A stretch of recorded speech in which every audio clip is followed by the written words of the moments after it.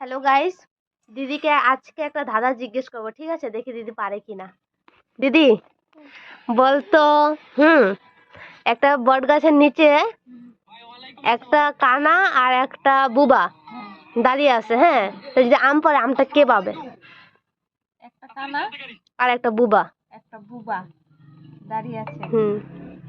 আম পড়লে হ্যাঁ, কে পাবে? একটা কানা একটা বোবা।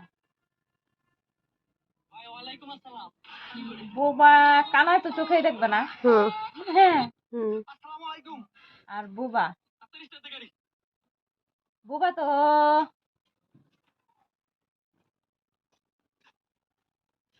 বল তাড়াতাড়ি, এত কি ভাবিস? কানা না কালা? কানা, কানা চোখে দেখতে পায় না। হ্যাঁ। আর একজন বুবা, তা আমটা পড়লে কে পাবে আমটা? বুবাটাই। বুবাটা? হ্যাঁ, ভালো করে ভাব, আমি কি বলছিলাম। একজন কানা একজন বোবা। হ্যাঁ।